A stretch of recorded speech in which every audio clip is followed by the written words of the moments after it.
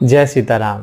सनातन संस्कार के इस YouTube चैनल पर प्यारे साथियों, आप सभी का फिर एक बार स्वागत है। व्यक्ति के जीवन में प्यारे साथियों, आप देखें कि भावना का बहुत अधिक महत्व होता है और मुझे लगता है कि अगर व्यक्ति यह समझ जाए, हम और आप अगर यह जान जाएं कि भावना का वस्तुतः क्या महत्व होता है, तो हमारा कल्याण निश्चित है।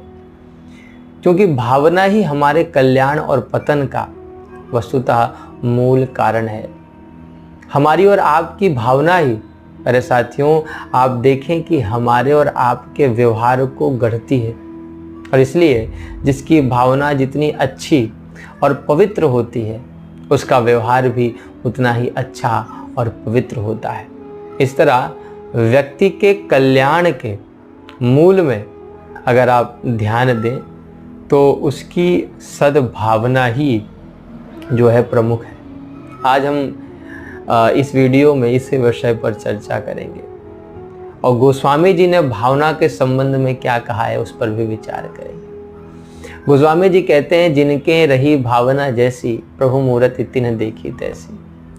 यानी कि जिसकी जैसी भावना होती है ईश्वर की मूर्ति, उसके स्वरूप को वैसा ही वह देखता है या वैसा ही उसको दिखाई पड़ता है। अब अगर गोस्वामी जी के इस सूत्र पर हम लोग गंभीरता से विचार करें तो पाएंगे कि ईश्वर तो वस्तुतः सर्वकालिक है, हर काल में रहता है, एक जैसा ही रहता है। और आप देखें कि उसके स्वरूप में अंतर की किंचित मात्र भी कल्पना संभव नहीं है। किंतु फिर भी बड़े आश्चर्य की बात है कि वह सबको अलग अलग रूपों में दिखाई पड़ रहा है। इस तरह एक होकर भी अनेक रूपों में दिखने के पीछे कारण प्यारे साथियों, गोस्वामी जी की दृष्टि में हमारी और आपकी भावना ही है।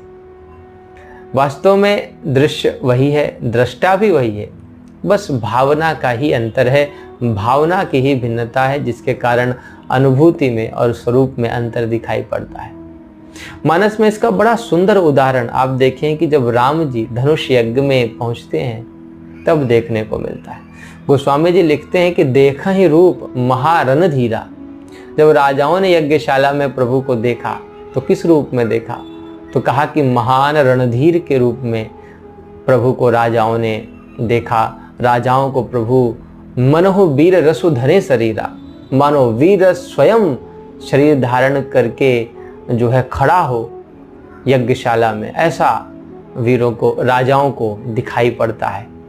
इसी तरह जब राजाओं के वेश में आए राक्षस प्रभु को देखते हैं तब गोस्वामी जी लिखते हैं कि तीन प्रभु प्रगट काल सम देखा।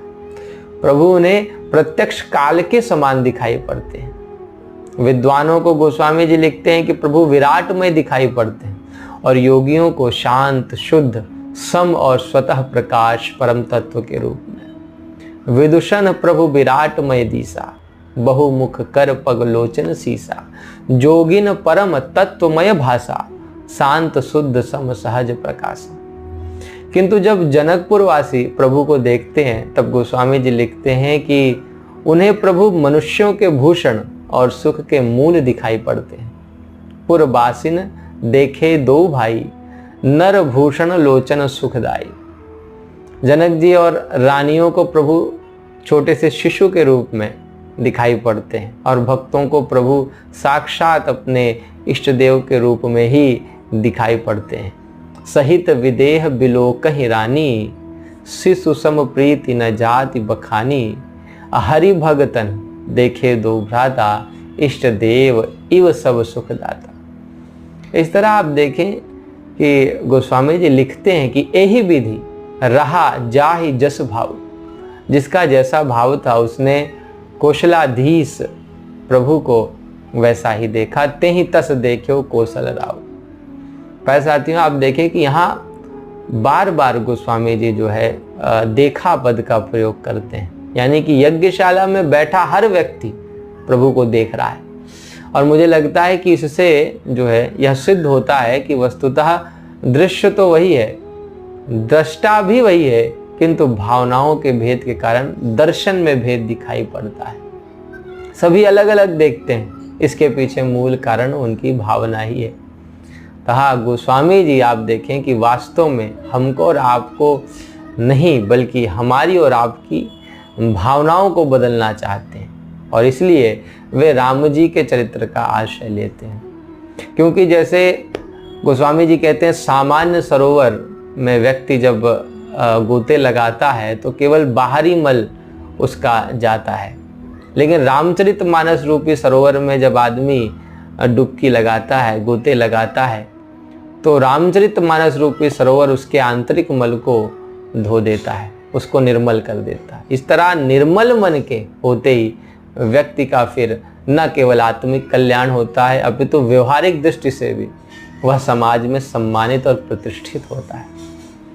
गोस्वामी जी की जितनी भी रचनाएं हैं प्यारे साथियों, आप देखें कि उनके सृजन के मूल में आपको लोक मंगल की भावना का ही सर्वत्र दर्शन होगा। और इसीलिए मानस में गोस्वामी जी जो है रचनाओं के संदर्भ में कहते भी हैं कि कीरति भनिति भूति भली सोई सुर सरी सम सब कहां थोई। अर्थात कविता या रचना वही श्रेष्ठ है जो गंगा जी की तरह सबका कल्याण करे, मंगल करे। इस तरह हम सभी अगर विचार करें तो पाएंगे कि वस्तुतः गोस्वामी जी का चिंतन कितना व्यापक था, क्योंकि वे यह जानते थे कि व्यक्ति को बदल पाना सरल नहीं है, फिर लोक या समाज की बात तो बहुत दूर की है। हमारे और आपके जीवन में शायद ही ऐसा कोई व्यक्ति होगा जिसके स्वभाव में हमारे कारण कोई परिवर्तन आया। इसलिए गोस्वामी जी ने व्यक्ति की भावनाओं को बदलने का जो है विचार किया और उसका आधार राम जी के चरित्र को बनाया, क्योंकि गोस्वामी जी के शब्दों में राम जी का चरित्र ही मंगल भवन और मंगलहारी है, जिसको कि पार्वती सहित शिव जी सदा जपते रहते हैं, उमा सहित जही जपत पुरारी।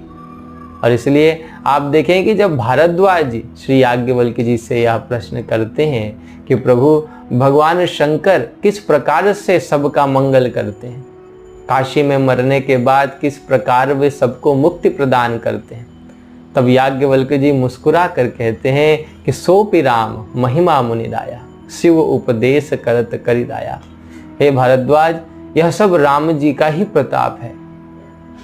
तो इस तरह आप देखें कि गोस्वामी तुलसीदास जी के भीतर उनके अंतस में जो लोक मंगल की भावना थी, लोक के कल्याण की भावना थी, उसकी अभिव्यक्ति का साधन राम जी का चरित्र बना।